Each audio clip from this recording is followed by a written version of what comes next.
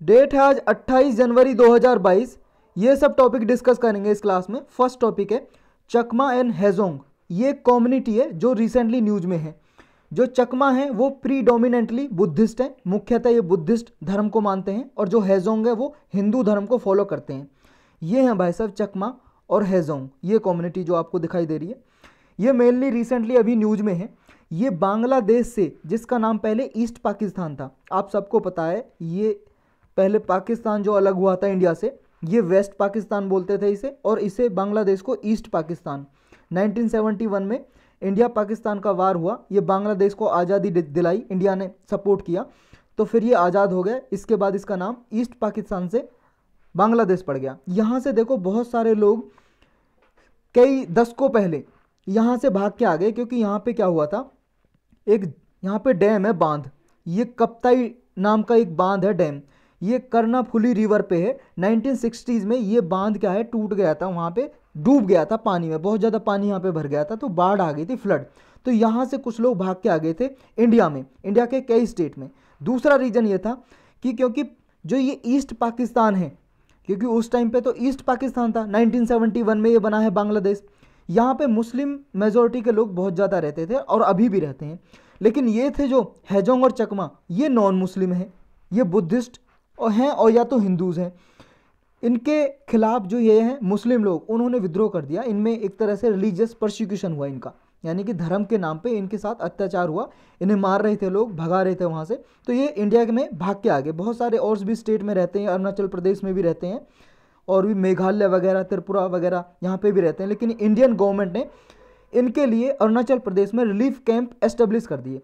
Relief camp का मतलब मान लो तंबू से टाक दिए, जो त्रिपाल होता है प्लास्टिक वगैरह के, उनका तंबू बना के इनके लिए घर बना दिया, और अभी तक ये वहीं पे रह रहे हैं, लगभग 50 सालों तक वहीं पे रह रहे हैं ये लोग अरुणाचल प्रदेश में। देखो जब भी कोई रिलीजियस परसिक्यूशन या फिर मरने के डर से, मान लो उस कंट्री में उनको मारा जा रहा है, अगर वहाँ पे गए तो उनकी हत्या हो सकती है, उनकी डेथ हो सकती है। जब इस डर से कोई पर्सन भाग के आए दूसरे देश में, तो उसको रिफ्यूजी कहा जाता है। रिफ्यूजी, ये जो डेफिनेशन है रिफ्यूजी की, रिफ्यूजी मतलब शरणार्थी, REFUGEE, रिफ्यूजी। रिफ्यूजी के लिए दो कन्वेंशन है इंटरनेशनल, एक है यूनाइटेड नेशन रिफ्यूजी कन्वेंशन 1951 की। ये कन्वेंशन स्टार्टिंग में यूरोप के लिए स्टार्ट की थी यूनाइटेड नेशन ने। यूरोप में जो रिलीजियस परसिक्यूटेड पर्सन थे उनकी राइट्स को, अधिकारों को बचाने के लिए। फिर एक 1967 में प्रोटोकॉल आई रिफ्यूजी के लिए, रिफ्यूजी के राइट्स को, अधिकारों को बचाने के लिए प्रोटोकॉल आई थी, 1967 की प्रोटोकॉल। ये दोनों ही प्रोटोकॉल और कन्वेंशन, इन दोनों को इंडिया ने साइन नहीं किया, यानी कि मेंबर नहीं है इंडिया इन दोनों का, ना ही कन्वेंशन का ना ही प्रोटोकॉल का। जो रिफ्यूजी कन्वेंशन थी 1951 की, यह सिर्फ यूरोप के कंट्रीज़ में लागू होती थी, लेकिन 1967 की जो प्रोटोकॉल है रिफ्यूजी प्रोटोकॉल, ये पूरे वर्ल्ड वाइड कहीं पे भी रिफ्यूजी है उनके ह्यूमन राइट को प्रोटेक्ट करने के लिए ये लागू होती है। लेकिन इंडिया इसका मेंबर नहीं है, तो फिर इंडिया के ऊपर कोई ऑब्लिगेशन भी नहीं है, कोई आभार भी नहीं है भाई साहब, ये कंपलसरी भी नहीं है कि इंडिया रिफ्यूजी की सहायता करे। लेकिन फिर भी इंडिया क्यों सहायता करता है?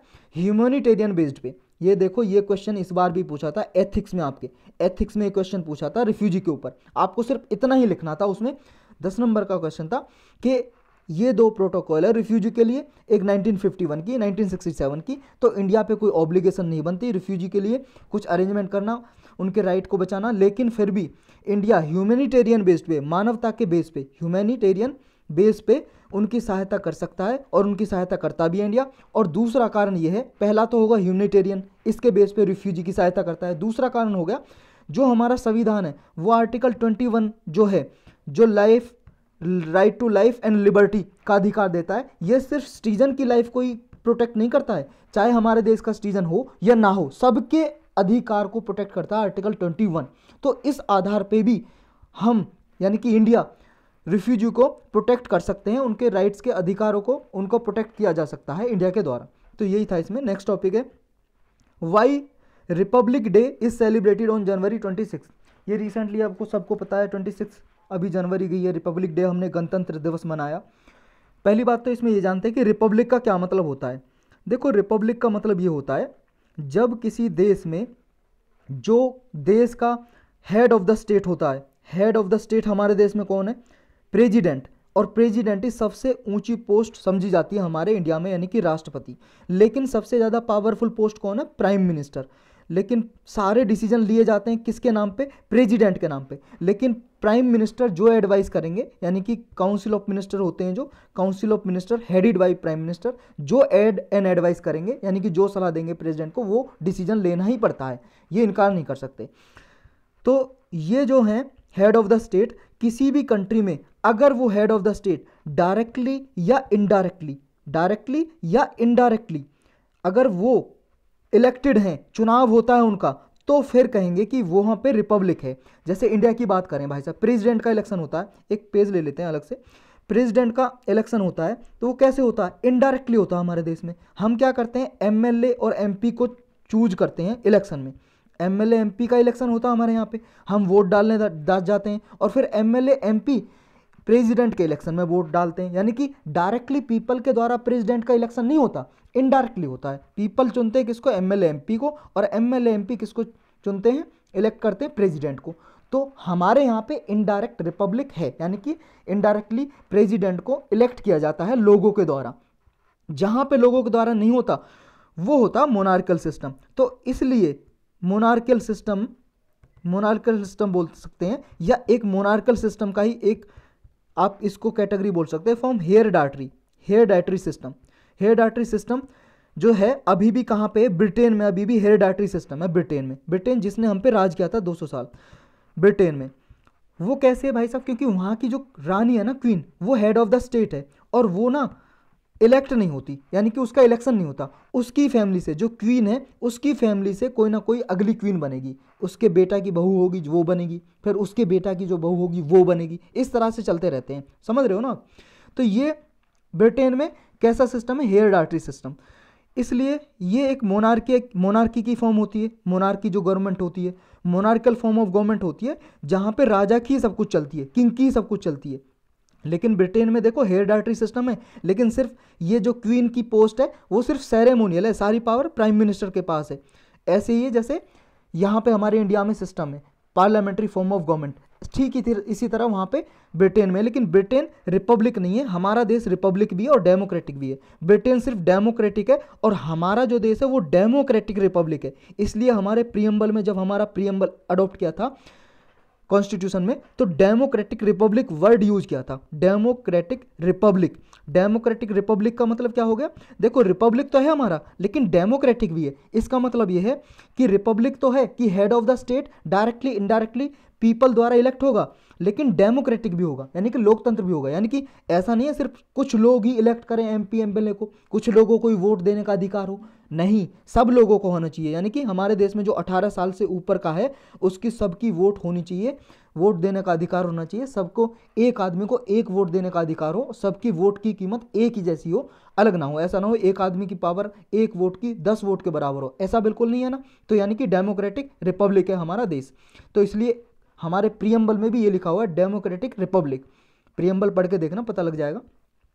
और यहाँ पे कहाँ थे हम? हाँ, ब्रिटेन क्या है, उसमें सारी पावर प्राइम मिनिस्टर के पास है, वो सेरेमोनियल पोस्ट है क्वीन। अब इसमें एक चीज़ और रहेगी, क्या रहेगी? हाँ, हम यहाँ थे कि प्रेसिडेंट क्या है, हमारे यहाँ पे इनडायरेक्टली इलेक्टेड है, यानी कि हमारे यहाँ पे रिपब्लिक है। तो ये चीज़ आपको याद रखनी है। अब आते हैं इस पर, रिपब्लिक डे जो 26 जनवरी को ही मनाया जाता है, ये हमने डेट 26 जनवरी को ही क्यों अडॉप्ट की, इसी दिन क्यों सेलिब्रेट करते हैं? देखो पहली बात तो ये कि कॉन्स्टिट्यूशन, हमारा संविधान 26 जनवरी 1950 को हमने इफेक्ट में लाया, यानी कि लागू हो गया हमारा। अडॉप्ट तो कर लिया था 26 नवंबर 1949 को हमने ये अडॉप्ट कर लिया था हमारा संविधान, क्योंकि बन के तैयार हो गया था।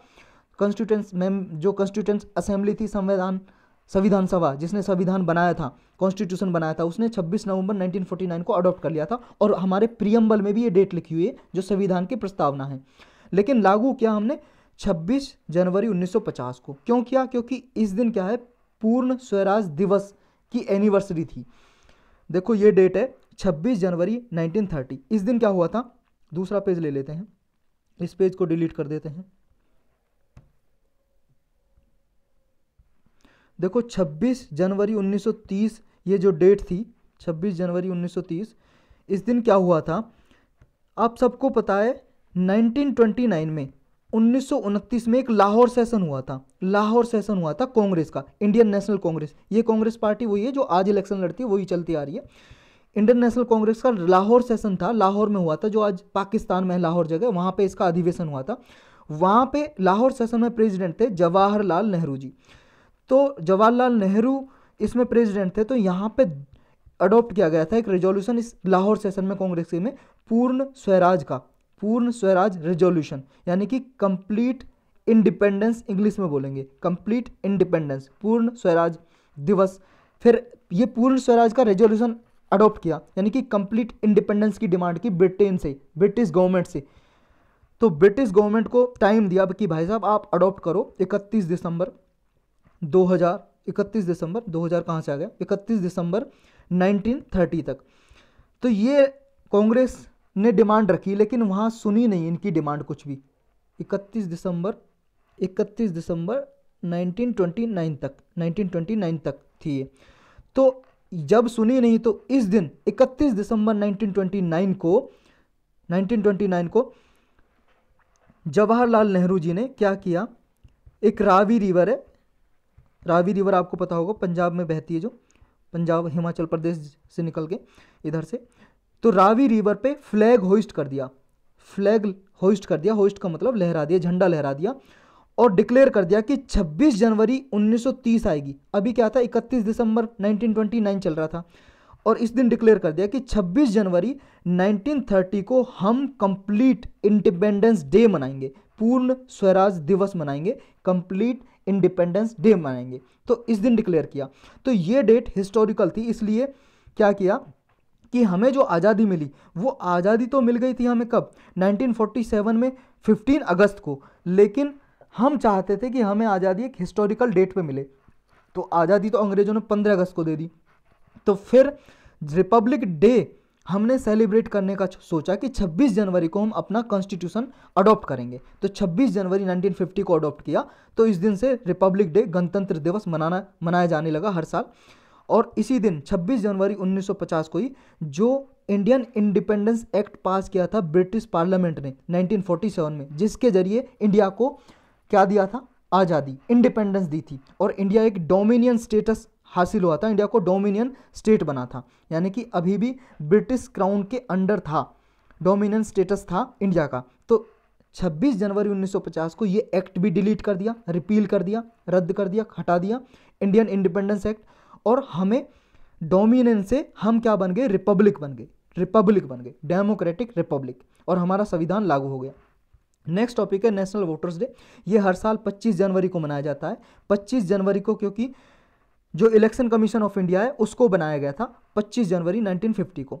और ये देखो सिर्फ 12वां मनाया जा रहा है नेशनल वोटर्स डे, क्योंकि 12 साल पहले डिक्लेयर किया था कि नेशनल वोटर डे, राष्ट्रीय मतदाता दिवस हर साल मनाया जाएगा 25 जनवरी को। तो ये 12वां मनाया गया 2021 में, 2022 में होगा ना, ये 21 गलत लिखा हुआ है। नेक्स्ट टॉपिक है foreign contribution regulation act 2010 registration for NGO. ये प्रीलिम्स जीएस पेपर 2 के लिए इंपॉर्टेंट है। देखो जो एक्ट है, अलग से लेक्चर पढ़ा हुआ पॉलिटी की प्लेलिस्ट में, वहाँ पे अपने डिटेल में पढ़ा हुआ है, हम ब्रीफली डिस्कस करेंगे और जल्दी से डिस्कस करेंगे। अभी न्यूज में इसलिए है, बहुत सारी एनजीओ का जो लाइसेंस है रद्द कर दिया था गवर्नमेंट ने। तो सुप्रीम कोर्ट ने एनजीओ हैं 6000 के लगभग एनजीओ, उनसे बोला था, एनजीओ तो आप जानते हो ना, शॉर्टकट में ब्रीफली समझ लेते हैं पहले। एनजीओ है नॉन गवर्नमेंटल ऑर्गेनाइजेशन, गैर सरकारी संस्था। ये क्या है, कोई भी आदमी, आप भी चाहो तो, कोई मान लो काम कर रहे हो, आप गवर्नमेंट के कोई आदमी नहीं हो भाई साहब, कोई जॉब नहीं करते हो, कोई एडमिनिस्ट्रेशन में नहीं हो, आप लोगों की भलाई करना चाहते हो, वेलफेयर करना चाहते हो, या फिर इन्वायरमेंट को संरक्षित करने के लिए, पर्यावरण को संरक्षित करने के लिए कुछ काम करना चाहते हो, पेड़ पौधे लगा रहे हो आप, या बच्चों की रक्षा कर रहे हो, बच्चों के अधिकारों की रक्षा कर रहे हो, कुछ भी, कोई भी आपका काम हो सकता है, तो आप एक एनजीओ बना सकते हो। ग्रुप ऑफ पीपल इकट्ठा आएंगे, रजिस्टर करवाएंगे एनजीओ गवर्नमेंट के पास। कौन सी मंत्रालय के पास, ministry of social justice, ministry of social justice and empowerment जो ये मंत्रालय है, इसके अंदर लगभग ये एनजीओ काम करती हैं। देखो एनजीओ जो नॉन गवर्नमेंटल ऑर्गेनाइजेशन, गैर सरकारी संस्था, ये क्या है, ये सिविल सोसाइटी भी हो सकती है। अगर सिविल सोसाइटी होगी, ये एनजीओ होगी सिविल सोसाइटी भी। ये कहाँ पर रजिस्टर होगी, अलग से पेज लेते हैं इसके लिए भी।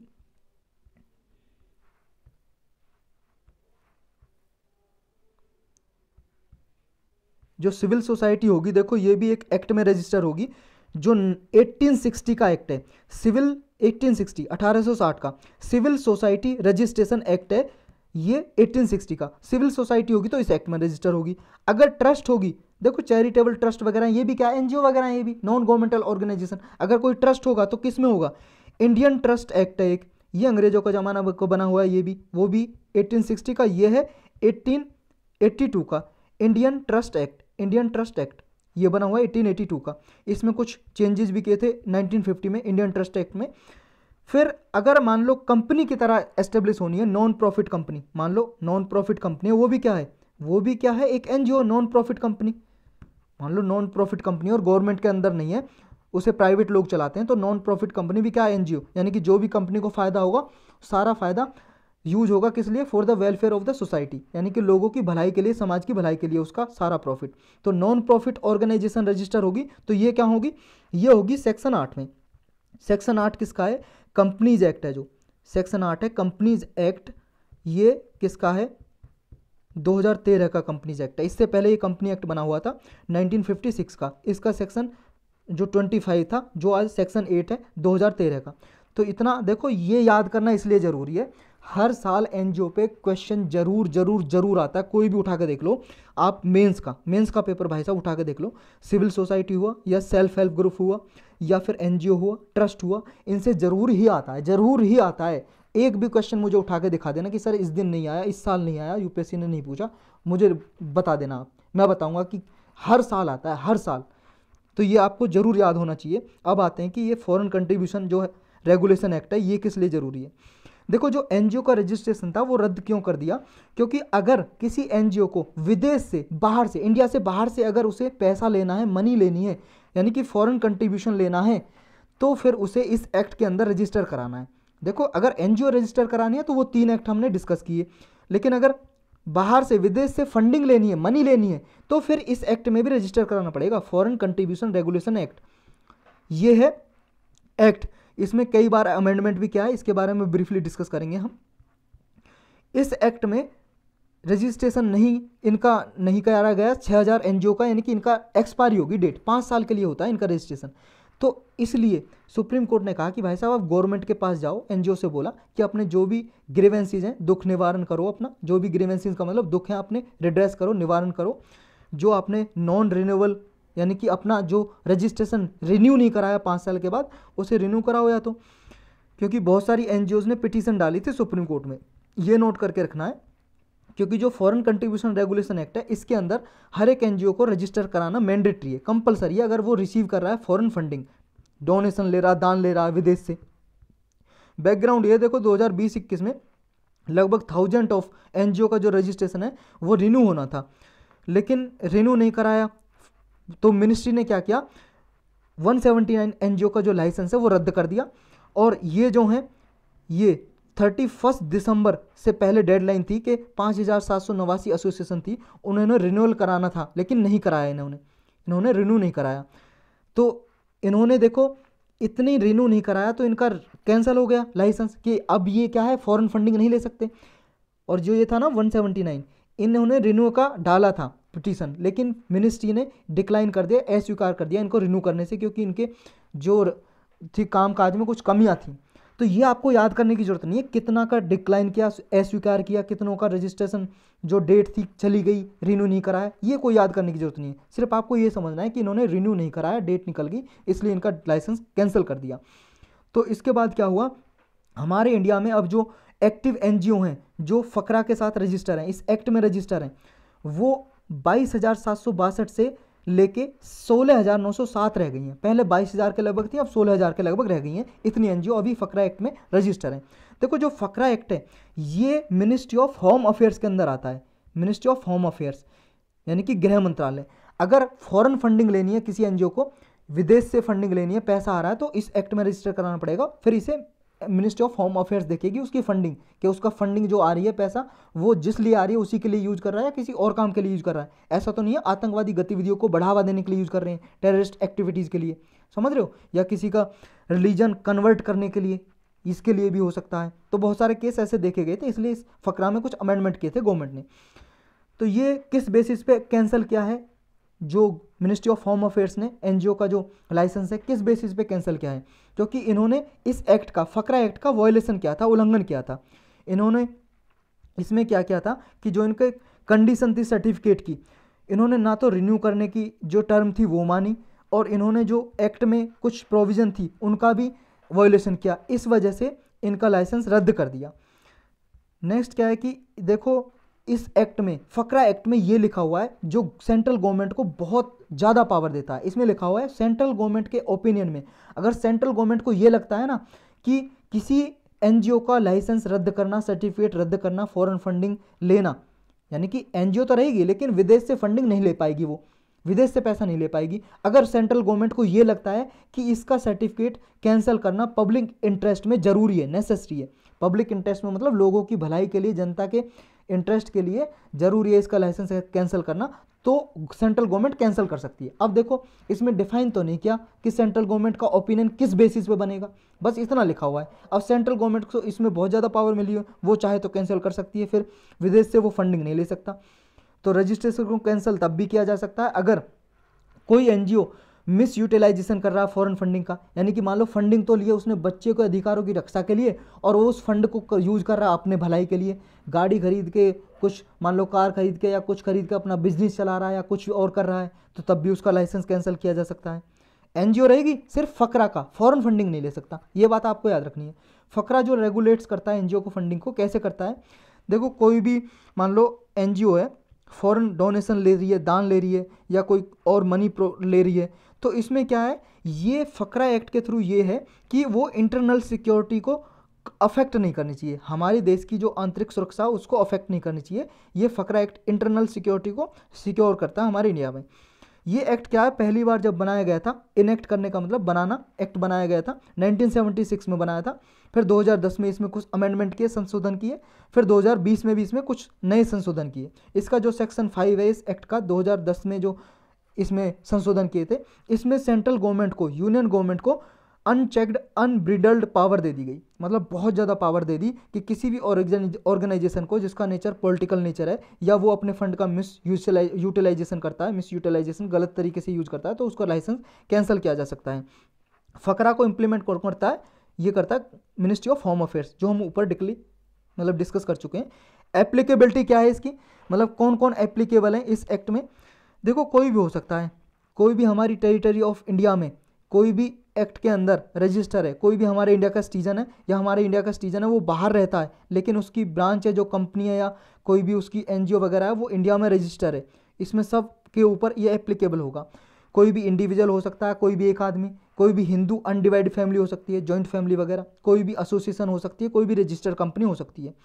ये अप्रूवल कब तक रहती है, जब एक बार रजिस्ट्रेशन हो गया इसमें तो ये 5 साल के लिए होती है फकरा में, 5 साल के बाद फिर 6 महीने के अंदर यानी कि 5 साल खत्म हो गए तो अगले 6 महीने के अंदर दोबारा उन्हें अपना लाइसेंस रिन्यू कराना पड़ता है। अगर नहीं कराया तो फिर वो फॉरेन फंडिंग नहीं ले सकते, यानी कि उन्हें फॉरेन फंडिंग लेने से पहले या तो मिनिस्ट्री ऑफ होम अफेयर्स की परमिशन लेनी पड़ेगी, वरना उनके पास जो बाकी का फंड भी बचा हुआ है ना पैसा, उसे भी यूटिलाइज नहीं कर सकते विदाउट परमिशन फ्रॉम मिनिस्ट्री, मतलब मिनिस्ट्री ऑफ होम अफेयर्स की अनुमति के बिना उस फंड को भी यूज़ नहीं कर सकते जो उन पर पहले बचा हुआ है, और ना ही विदेश से वो फंडिंग ले सकते, यानी कि लेने के लिए उन्हें दोबारा से रजिस्ट्रेशन कराना पड़ेगा हर 5 साल के बाद।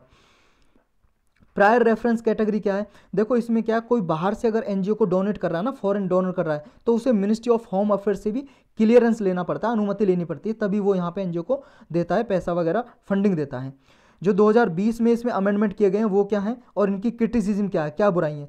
इसमें अमेंडमेंट में ये किया गया कि कोई भी एनजीओ है, कोई भी जो एनजीओ है, जो मान लो कोई भी यहाँ पे फॉरेन फंडिंग ले रही है, उसका एक अकाउंट कहाँ पे रहेगा, जो दिल्ली में स्टेट बैंक ऑफ इंडिया है, उसकी एक ब्रांच में उसका एक अकाउंट रहेगा ताकि उसकी देखभाल की जा सके, और ये अकाउंट वहीं पे रहेगा और फॉरेन कंट्रीब्यूशन इसी अकाउंट में आएगी, किसी और अकाउंट में नहीं आ सकती। अब इसका क्रिटिसिज्म क्या किया जाता है, इस डिसीजन का क्रिटिसिज्म यानी कि आलोचना, इसकी आलोचना ये की जाती है कि देखो बहुत सारी एनजीओ ऐसी रहती है, मान लो दिल्ली से दूर है, तमिलनाडु में छोटे से गांव में, अब वो कहाँ से यहाँ पे एनजीओ रजिस्टर कराना आएंगी और वो अकाउंट कैसे मेंटेन करेंगी, दिल्ली में आना जाना भाई साहब, अकाउंट पैसे निकलवाने के लिए, समझ रहे हो। तो ये क्रिटिसिज्म है केस का। जो फॉरेन कंट्रीब्यूशन है इसके अंदर फकरा के अंदर कौन कौन सी फॉरेन कंट्रीब्यूशन के अंदर आती है डेफिनेशन में, यानी कि कौन सा मनी आएगी। देखो फॉरेन कंट्रीब्यूशन में हर एक वो डोनेशन आएगा, दान या कोई डिलीवरी कर रहा है, ट्रांसफर कर रहा है पैसा, हर एक वो आएगा आर्टिकल जो गिफ्ट नहीं है पर्सनल यूज के लिए। मान लो कोई गिफ्ट दे रहा है किसी को तो ये फॉरेन फंडिंग में नहीं आएगा, फॉरेन कंट्रीब्यूशन में नहीं आएगा।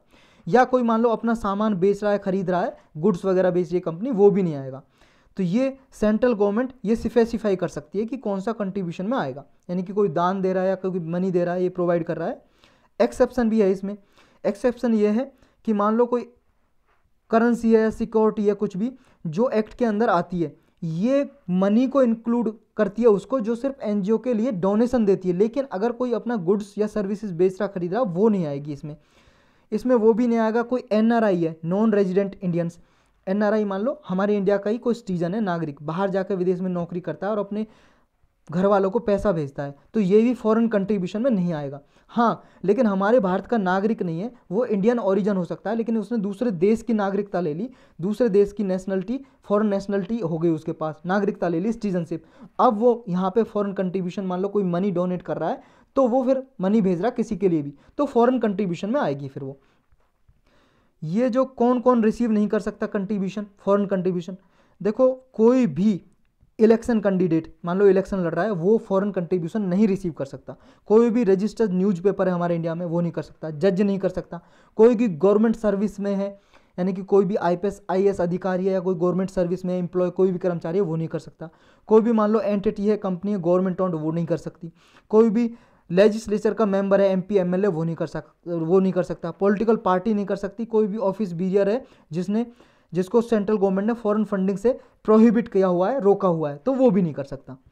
नेक्स्ट टॉपिक है, अमेरिका ने एक कंपीट एक्ट पास किया है। तो ये क्या है कंपीट एक्ट और इस इंडिया के लिए क्या रिलेवेंस है, ये जीएस पेपर 2 और प्रीलिम्स के लिए इंपॉर्टेंट है। ये देखो अभी जो एक्ट पास किया है अमेरिका ने, इसकी फुल फॉर्म है opportunities for America's manufacturing preeminence in technology and economic strength. ये याद करने की आपको कोई ज़रूरत नहीं है, बस अमेरिका का कॉम्पीट एक्ट्स क्या है ये जानना जरूरी है।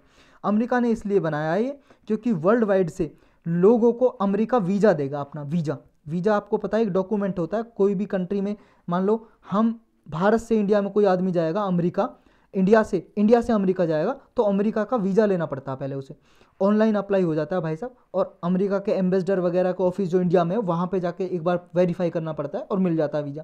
तो ये वीज़ा जो देने के लिए नया एक्ट बनाया है ये, अब इसमें ज़्यादा वीज़ा दिए जाएंगे लोगों को और थोड़ी कंडीशन सिंपल बना दी गई और नई कैटेगरी क्रिएट कर दी है।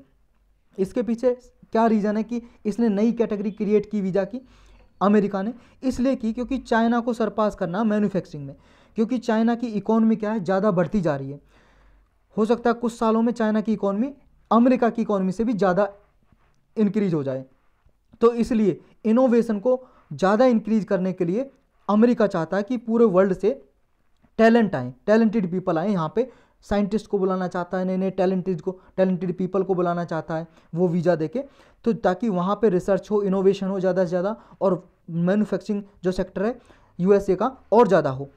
की प्रोविज़न क्या है इसमें? देखो इसमें प्रोविज़न कुछ धाराएं ये हैं एक्ट में कि $42 बिलियन सेमीकंडक्टर प्रोडक्शन के लिए देगा यूएस, $45 बिलियन ये ग्रांट की तरह देगा, लोन की तरह देगा, ताकि सप्लाई चेन को इम्प्रूव किया जा सके और मैन्युफैक्चरिंग सेक्टर को इम्प्रूव किया जा सके यूएस में, अमेरिका में। इसमें जो इनइक्वलिटी है, इकोनॉमिक इनइक्वलिटी, क्लाइमेट चेंज है या इमाइग्रेशन है, ये जो इनइक्वलिटी है, सोशल इकोनॉमिक इनइक्वलिटी, असमानता, क्लाइमेट चेंज, जलवायु परिवर्तन, इमाइग्रेशन, जो इंडिया से या किसी और देश से यूएसए में जो नागरिक जाते हैं अमेरिका में, तो इनके लिए भी इनकी जो प्रॉब्लम है उनको सॉल्व करने के लिए फंडिंग देगा। और इसमें देखो जो पीएचडी किए हुए हैं स्टेम में, स्टेम का मतलब है साइंस, टेक्नोलॉजी, इंजीनियरिंग, मैथ, इसमें कोई टेक्नोलॉजी में पीएचडी किए हुए हैं उनके लिए ग्रीन कार्ड का लिमिट देगा, यानी कि इनकी लिमिट और बढ़ा देगा। ग्रीन कार्ड का मतलब एक तरह से वीजा, ये परमिशन देगा उन्हें और ज़्यादा टाइम के लिए यूएस में रहने की। ये बिल देखो हर साल लगभग मैन्युफैक्चरिंग फैसिलिटीज़ के लिए $600 मिलियन प्रोवाइड करेगा, ताकि यूएस क्या है चाइना पे डिपेंड ना रह सके सोलर कंपोनेंट के लिए। सोलर कंपोनेंट के लिए अभी यूएस क्या है चाइना से कुछ माल मंगाता है, जैसे जो सोलर पैनल होते हैं चाइना में ज़्यादा प्रोडक्शन होता है तो यूएस मंगाता है, तो चाइना पे डिपेंड ना रहना पड़े, उसके देश में ही मैन्युफैक्चर हो। इसके लिए यूएस ने डब्ल्यू क्लासिफिकेशन का एक नया ये नॉन इमाइग्रेंट के लिए एम्प्लॉयर्स के लिए नई कैटेगरी निकाली है। इनके जरिए क्या है किसी भी मान लो एम्प्लॉय को बुलाया जा सकता है किसी कंपनी के द्वारा दूसरे देश से अमेरिका में, और उनके स्पाउसेस को, यानी कि उनके जो हस्बैंड या वाइफ है कोई भी है, उनके चिल्ड्रन को अनुमति दी जा सकती है यूएस में रहने की कुछ समय के लिए, जब तक वो जॉब करते हैं।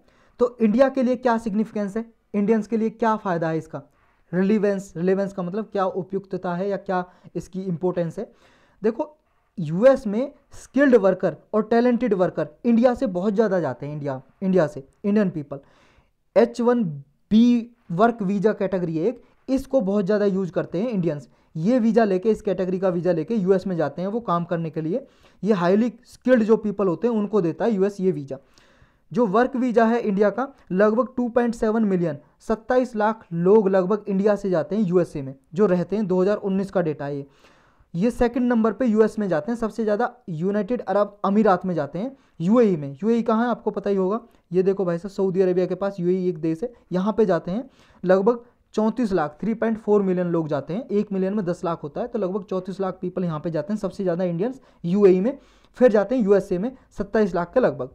तो इंडिया के लिए तो फ़ायदा ही है, नए नए जो होंगे टैलेंटेड पीपल उनके लिए जॉब मिल सकेगी, और यूएसए के लिए भी और इंडिया के लिए भी, दोनों के लिए विन विन सिचुएशन है। विन विन का मतलब दोनों के लिए फ़ायदा। यूएसए को टैलेंटेड पीपल मिल जाएंगे, अपने आईटी सेक्टर वगैरह को लो कॉस्ट में काम करते हैं ये। देखो जो इंडिया से लोग जाते हैं ना वो लो कॉस्ट में काम करते हैं, कम कीमत में। अगर यूएसए की कोई कंपनी यूएसए से ही अगर काम में लगाए यूएसए को पर्सन को, तो वो ज़्यादा लेता है सैलरी, ज़्यादा डिमांड करता है। लेकिन अमेरिका में अगर बाहर से जो कोई देश से जाते हैं नागरिक वगैरह, तो वो कम पैसे में काम करने के लिए राजी हो जाते हैं, उन्हें मिल जाता है। लेकिन कम पैसे भी इतने होते हैं, इंडिया में अगर वो काम करें वही जॉब, तो इंडिया से 10-20 गुना ज़्यादा उन्हें सैलरी दी जाती है यूएसए में। लेकिन यूएसए में और भी ज़्यादा की डिमांड करते हैं वहाँ के नागरिक। तो यूएसए के लिए भी फ़ायदा हो जाता है कि उनकी कंपनी को कम कीमत में लोग मिल जाते हैं, टैलेंटेड पीपल, और बाहर के लोगों को भी जॉब मिल जाती है। दोनों के लिए विन विन सिचुएशन है।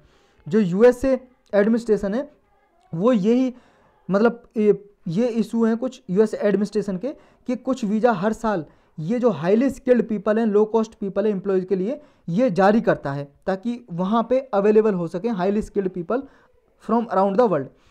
ये वीज़ा ये कंपनी हैं जो यूएस में, उनको भी ये अलाउ करता है कंपनी को कि वो मान लो यूएसए से बाहर किसी भी एम्प्लॉय को हायर कर सकते हैं और दूसरी कंपनी में भी ट्रांसफ़र किया जा सकता है।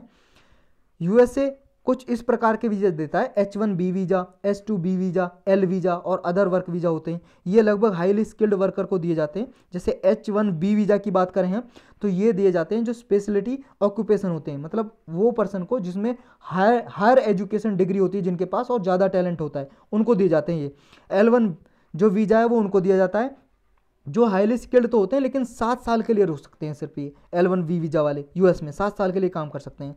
H2B वीज़ा उनको दिया जाता है जो एग्रीकल्चर या फूड वर्कर होते हैं, उनको दिया जाता है जो यूएस में एम्प्लॉयमेंट के लिए जाते हैं, रोजगार के लिए। J1B वीज़ा उनको दिया जाता है जो कोई मान लो स्टूडेंट्स है, छात्र है और स्टडी करने के लिए जाता है, कोई पढ़ाई करने के लिए जाता है, उसके लिए दिया जाता है ये। नेक्स्ट टॉपिक है इसरोज न्यू SSLV प्रोग्राम। ये GS पेपर 3 और प्रीलिम्स के लिए इंपॉर्टेंट है। इसरो ने देखो अभी ये लॉन्च करने की बात बोली है, ये जिसका नाम है SSLV small satellite launch vehicle.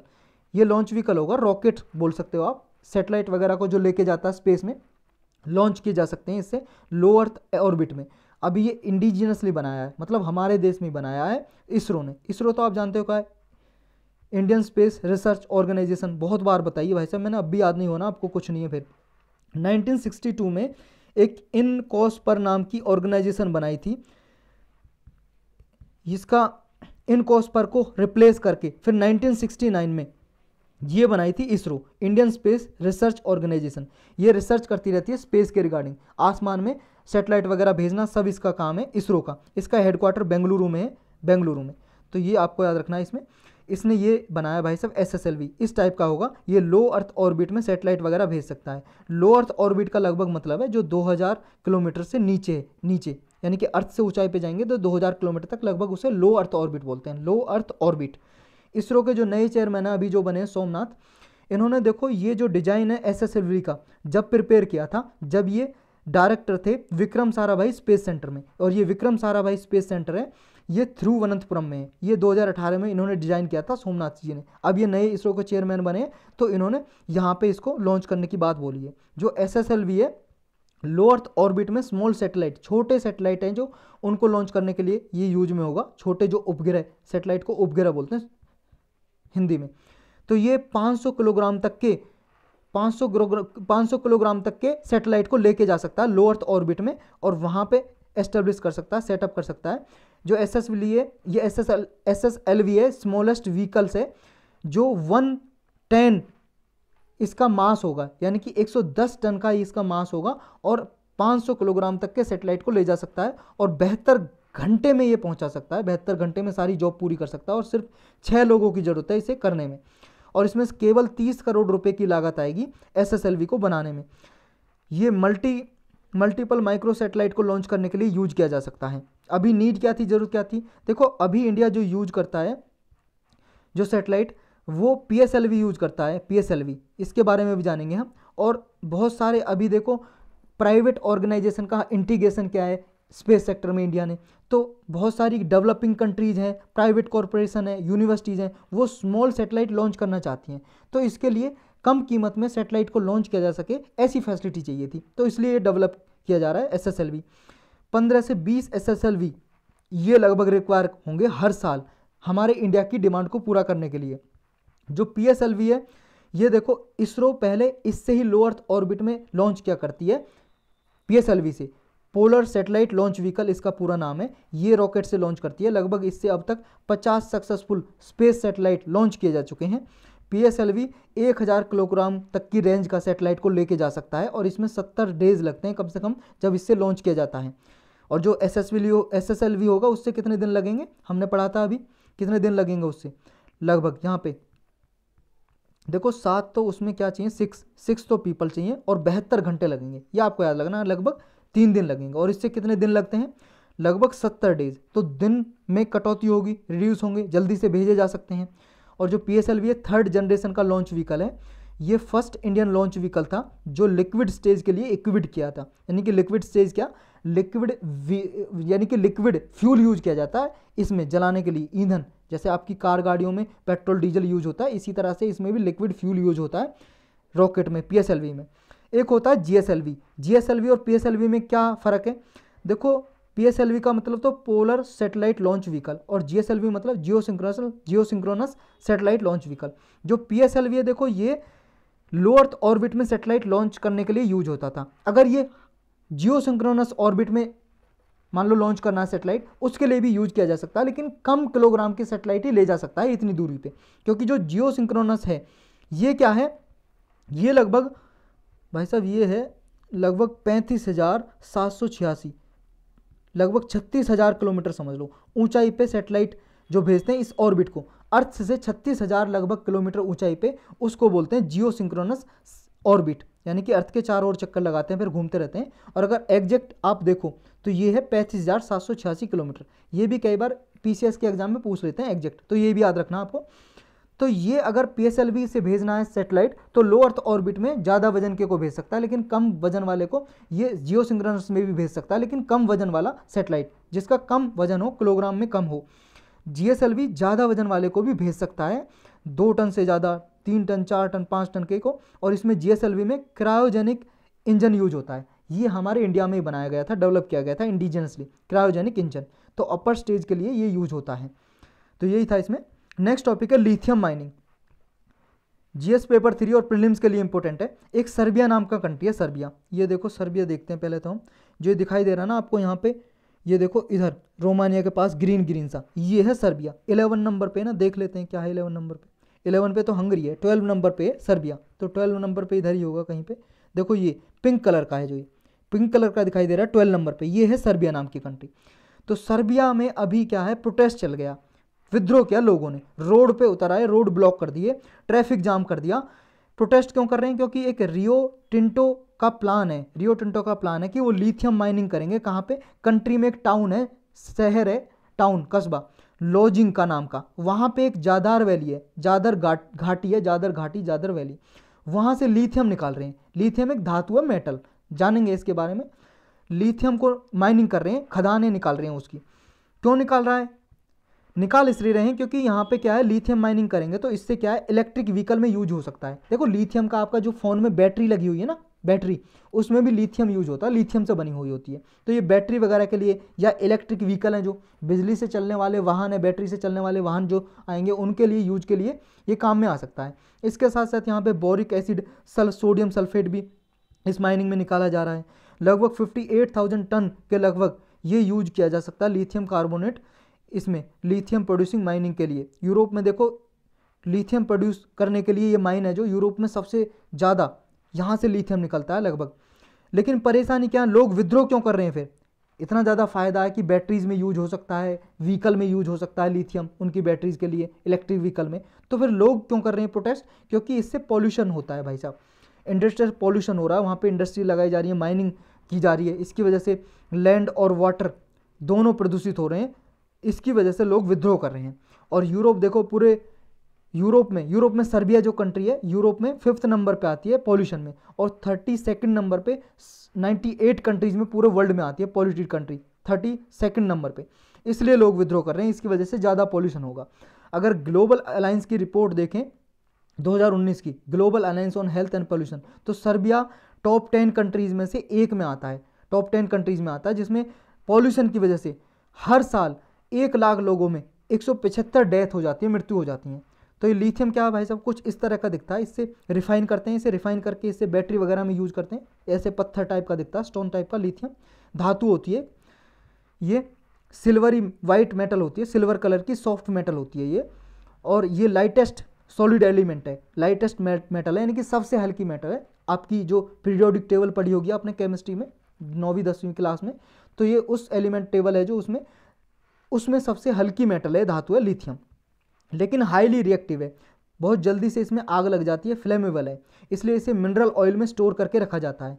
और ये अल्कली मेटल है, थोड़ी क्षारिक मेटल है, क्षारिक धातु है, रेयर मेटल है, दुर्लभ है, बहुत ही कम जगह पे पाई जाती है मेटल। इसकी क्या क्या विशेषता है, प्रॉपर्टी और कैरेक्टरिस्टिक्स? देखो, एक तो हाईएस्ट स्पेसिफिक हीट कैपेसिटी है इस सॉलिड एलिमेंट की, हाईएस्ट सबसे ज़्यादा स्पेसिफिक हीट कैपेसिटी है। स्पेसिफिक हीट कैपेसिटी का क्या मतलब होता है? देखो, कोई भी मेटल धातु है, मान लो लकड़ी है, लकड़ी को जलाने के लिए, मान लो लकड़ी का अभी जो टेम्परेचर है रखा हुआ है, मान लो इसका टेम्परेचर 22 डिग्री है, इस 22 डिग्री से हमें टेम्परेचर इसका 23 डिग्री करना है, यानी कि 23 डिग्री, 1 डिग्री टेम्परेचर बढ़ाने के लिए जितनी हीट चाहिए, मान लो हम हीट पे गैस पे गर्म करते रहे इसे, और 22 डिग्री से इस लकड़ी का जो टेम्परेचर 22 से 23 करना है, 1 डिग्री इंक्रीज करना है। तो 1 डिग्री इंक्रीज टेम्परेचर करने के लिए जितनी हीट चाहिए, उस हीट को बोलते हैं स्पेसिफिक हीट। तो इसके जो स्पेसिफिक हीट की कैपेसिटी है बहुत ज़्यादा, मेटल में, सॉलिड एलिमेंट में सबसे ज़्यादा हाईएस्ट है, क्योंकि इस जल्दी से हीट नहीं होती है। इसलिए भी जो आपके फ़ोन, मोबाइल हैं या कंप्यूटर, उनकी बैटरी में भी यूज होता है ना इसका, लिथियम का। और लिथियम क्या है, इसमें सिंगल बैलेंस इलेक्ट्रॉन है, इतना आपको डिटेल में जानने की जरूरत नहीं है, ये ज़्यादा ही केमिस्ट्री हो जाती है, बस इतना जान लो, ये गुड कंडक्टर ऑफ इलेक्ट्रिसिटी है, यानी कि इलेक्ट्रिसिटी इसमें से अच्छे से पास हो सकती है, सुचालक है ये इलेक्ट्रिसिटी का, बिजली का। ये फ्लेमेबल है, जल्दी से आग भी पकड़ लेता है ये, और एयर में और वाटर में एक्सपोज किया जाए तो। यूज कहाँ पे, ये यूपीएससी प्रीलिम में पूछता है, कहाँ पे इसके प्रयोग हैं। इसके देखो सिरेमिक्स में भी हो सकते हैं भाई साहब, ग्लास में, शीशे में, टेलीकम्युनिकेशन में हो सकते हैं, एरोस्पेस इंडस्ट्रीज़ में, रॉकेट वगैरह में हो सकते हैं भाई साहब, बैटरीज में, हाई एनर्जी के लिए हो सकते हैं, लुब्रिकेटिंग ग्रीस के लिए हो सकता है इसका यूज, मोबाइल फ़ोन में, कंप्यूटर में, लैपटॉप में, सब में यूज हो सकता है ये। प्रेस्क्राइब्ड सब्सटेंस एक ये टर्म है, ये आपको जाननी है क्या है, हमारे इंडिया में यूज होती है, और हमारे इंडिया में लिथियम को प्रेस्क्राइब्ड सब्सटेंस की कैटेगरी में रखा गया है। ये हमारे इंडिया में 1962 का एक एक्ट है, एटॉमिक एनर्जी एक्ट 1962, इसमें लिथियम को प्रेस्क्राइब्ड सब्सटेंस में रखा गया है हमारे इंडिया में। इसका क्या मतलब होता है प्रेस्क्राइब्ड सब्सटेंस का? देखो, इस एक्ट के अकॉर्डिंग, एटॉमिक एनर्जी एक्ट है जो 1962 का, इसके अकॉर्डिंग जो प्रेस्क्राइब्ड सब्सटेंस है, इसका मतलब ये होता है कोई भी ऐसा मिनरल है जिसको सेंट्रल गवर्नमेंट को लग सकता है कि ये यूज हो सकता है कि और एटॉमिक एनर्जी प्रोड्यूस करने में, यानी कि एटॉमिक एनर्जी, नाभिक ऊर्जा को बनाने में इसका यूज हो सकता है, किसी मेटल का, धातु का, सब्सटेंस का, तो उसको सेंट्रल गवर्नमेंट नोटिफिकेशन जारी करके प्रेस्क्राइब्ड सब्सटेंस की कैटेगरी में डाल देती है। मान लो कि कोई सब्सटेंस है, कोई पदार्थ है, कुछ भी, यूरेनियम है जैसे, ये एटॉमिक एनर्जी के लिए यूज हो सकता है, प्लूटोनियम है, थोरियम है, बेरिलियम है, ड्यूटेरियम है, ये यूज सकते हैं, तो इनको प्रेस्क्राइब्ड सब्सटेंस की कैटेगरी में डाला हुआ है इंडियन गवर्नमेंट ने। तो आज के टॉपिक यही थे भाई साहब, 8वां कुछ भी नहीं है ये। अब 1-2 टॉपिक और जो मेंस के लिए भी इंपॉर्टेंट है बहुत ज़्यादा, उन्हें हम अलग लेक्चर में पढ़ेंगे। दिन में आ जाएंगे वो